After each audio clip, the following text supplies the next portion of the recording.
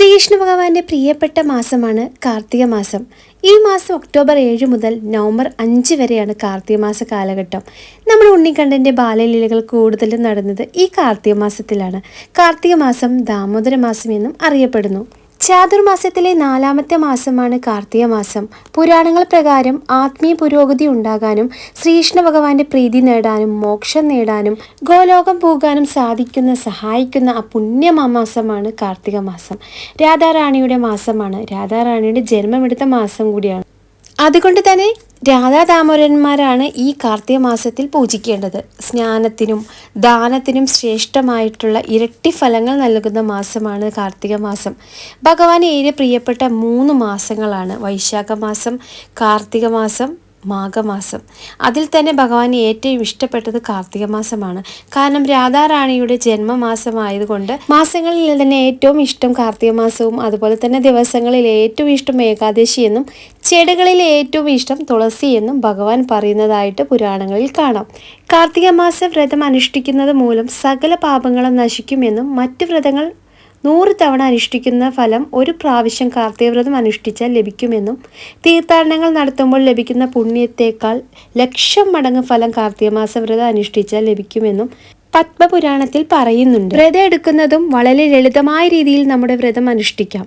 സൂര്യോദയത്തിന് മുമ്പ് ബ്രഹ്മമുഹൂർത്തത്തിലൊക്കെ എഴുന്നേറ്റ് കുളിച്ച് രാധാ ദാമോദരന്മാരെ ഭക്തിയോടെ പൂജിച്ച് തുളസിദളം ഭഗവാന്റെ പാദത്തിൽ സമർപ്പിച്ച് ധൂപദീപ ആരതി എടുത്ത് പുഷ്പങ്ങളും നിവേദ്യങ്ങളും ഭഗവാന് സമർപ്പിക്കുക.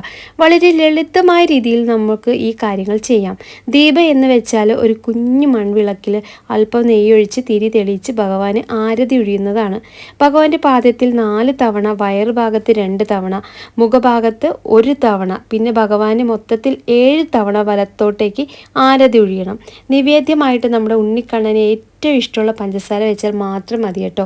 ഇത്രയും ലഘുവായ ആചരണം കാർത്തിക മാസം മുഴുവനും ചെയ്താൽ സകല പാപങ്ങളും നശിക്കുമെന്നാണ് പുരാണങ്ങൾ പറയുന്നത്. തുളസി ദേവിയുടെ വിവാഹം നടന്ന മാസമാണ് കാർത്തിക മാസം. കാർത്തിക മാസത്തിൽ ഭഗവാനെ പൂജിച്ചതിന് ശേഷം പാപനാശിനിയായ തുളസിയെയും പൂജിക്കുകയും തുളസി ചെടിക്ക് ഒരു നെയ്വിളക്ക് കത്തിക്കുന്നതും പ്രദക്ഷിണം വയ്ക്കുന്നതും ശ്രേഷ്ഠമായ ഫലം തരും.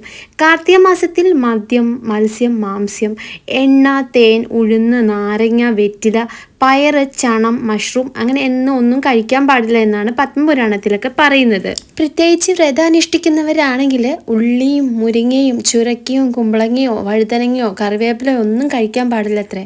ഇപ്രകാരം കഠിനമായ വ്രതം പറഞ്ഞറിയിക്കാൻ തന്നെ സാധിക്കില്ല. ബ്രഹ്മാവിന് പോലും വർണ്ണിക്കാൻ പോലും ആവില്ലത്രേ. പൗർണമി ദിനത്തിൽ അവരുടെ കഴിവിനനുസരിച്ചിട്ട് അന്നവസ്ത്രാദികൾ ദാനമായിട്ട് നൽകുന്നതും കാർത്തിക മാസം മുഴുവൻ ദാനം ചെയ്യുന്നതാൽ നമ്മളെ കൊണ്ട് പറ്റുന്ന രീതിയിൽ എന്തെങ്കിലും ദാനധർമ്മങ്ങൾ നടത്തിയാലും ഇരട്ടിയാണ് ഫലം അത് നമുക്ക് ലഭിക്കുന്നത്. നമുക്ക് എന്തൊക്കെയാണോ ഈ ഒരു മാസം ഉപേക്ഷിച്ചാൽ ചിലപ്പോൾ നമ്മൾ ആ ഭക്ഷണങ്ങളാണെങ്കിൽ അത് നമുക്ക് ദാനമായിട്ട് നൽകാം. അത് 100 ഇരട്ടി ഫലം നമുക്ക് ലഭിക്കും. അത് സാധിക്കുന്നില്ലെങ്കിൽ വ്രത അവസാനം ബ്രാഹ്മണർക്കും ദാനമായിട്ട് നൽകാം. ശ്രേഷ്ഠമായ ഫലം നൽകുമെന്ന് പത്മപുരാണത്തിലൊക്കെ പറയുന്നുണ്ട്. ഏത് ദാനത്തിനും ശ്രേഷ്ഠമാണ് ദീപദാനം. പ്രത്യേകിച്ച് ക്ഷേത്രങ്ങളിൽ വിളക്ക് സമർപ്പിക്കുന്നതും നെയ്യ് സമർപ്പിക്കുന്നതും ഒക്കെ ഉത്തമമായിട്ടുള്ള മാസമാണ് ഈ ഒരു മാസക്കാലം. ഭഗവാൻ ഗോവർദ്ധനഗിരി ഉയർത്തിയ മാസം. നമ്മുടെ ഈ ഒരു മാസം മുഴുവനും വ്രതം അനുഷ്ഠിക്കാം. അല്ലെങ്കിൽ സാധിക്കുന്നില്ല എങ്കിൽ വിട്ട ദിവസങ്ങൾ ഉപവസിച്ചുകൊണ്ട് 10 ദിവസമോ 15 ദിവസമോ ഒരു കണക്കിൽ ഒരു വ്രതം അനുഷ്ഠിക്കാം. നമുക്ക് അതും പറ്റില്ല എങ്കിൽ രാത്രിയിൽ മാത്രം ഭക്ഷണം കഴിച്ച് നമുക്ക് അനുഷ്ഠിക്കാം. അങ്ങനെ രാത്രിയിൽ മാത്രം ഭക്ഷണം കഴിച്ചുകൊണ്ട് 1 മാസം വ്രതം എടുത്താൽ ഈ ഭൂമി തന്നെ സ്വന്തമായി മാറുമെന്ന് നാരദീയ മഹർഷി പുരാണത്തിൽ പറയുന്നുണ്ട്. കാർത്തിക മാസത്തിലെ ഏറ്റവും പ്രധാനപ്പെട്ട ദിവസങ്ങളാണ് ഏകാദശിയും പൗർണമിയും. അന്നേ ദിവസം വ്രതം അനുഷ്ഠിക്കുന്നത് വളരെ ഉത്തമമാണ്. ചാതുർമാസം കഴിഞ്ഞ് ഭഗവാൻ ഉറക്കമുണരുന്ന ആ ഒരു സമയമാണ്. ആ സമയത്ത് വ്രതം അനുഷ്ഠിച്ചാൽ നമ്മൾ ഉറക്കം ഉണർന്ന് കാത്തിരിക്കണം എന്നാണ് പറയുന്നത്. കാർത്തിക മാസത്തിൻ്റെ ദേവതയാണ് രാധാറാണി. ചന്ദ്രൻ പൂർണ്ണ ശക്തിയിൽ ഉദിക്കുന്ന കാലമായതിനാൽ വ്രതാചരണത്തിലൂടെ നമുക്ക് വ്യക്തിപരമായോ തൊഴിൽപരമായോ എന്തെങ്കിലും തടസ്സങ്ങൾ ഉണ്ടെങ്കിൽ അതെല്ലാം മാറിക്കിട്ടെന്നാണ് ഫലം. നിത്യവും ദാമോദര അഷ്ടകം ചൊല്ലുന്നതും യശോദ അമ്മയോട് കുറുമ്പ് കാട്ടുന്ന ഉണ്ണിക്കണ്ണനെ പൂജിക്കുന്നതൊക്കെ വളരെ ഉത്തമമാണ് ഈ ഒരു മാസകാലം. പെട്ടെന്ന് ഫലം ലഭിക്കാനായിട്ട് നമ്മൾ ഗണപതി ഭഗവാനെ പ്രാർത്ഥിക്കുമ്പോൾ ഗൗരി മാതാവിനോട് ചേർന്ന് ഗണപതി ഭഗവാനെ പ്രാർത്ഥിക്കണം എന്നാണ് രാമായണത്തിൽ ശ്രീരാമദേവൻ പറയുന്നത്. പെട്ടെന്ന് ഫലം ലഭിക്കുന്നതിനായിട്ട് നെയ്വിളക്ക് കൊണ്ട് ആരതി ഒഴിഞ്ഞ് ദാമോദര അഷ്ടകം ചൊല്ലുകി യശോദ അമ്മയോട് കൂടി ചേർന്നിരിക്കുന്ന ഉണ്ണിക്കണ്ണനെ പൂജിക്കുന്നത് വഴി സന്താന സൗഭാഗ്യവും വീട്ടിൽ സന്തോഷവും സമാധാനവും ഉണ്ടാവും. ഈ വർഷം 2025 കാർത്തിക മാസം വരുന്നത് ഒക്ടോബർ 7 മുതൽ നവംബർ 5 വരെയുള്ള ഈ ഒരു മാസക്കാലമാണ്.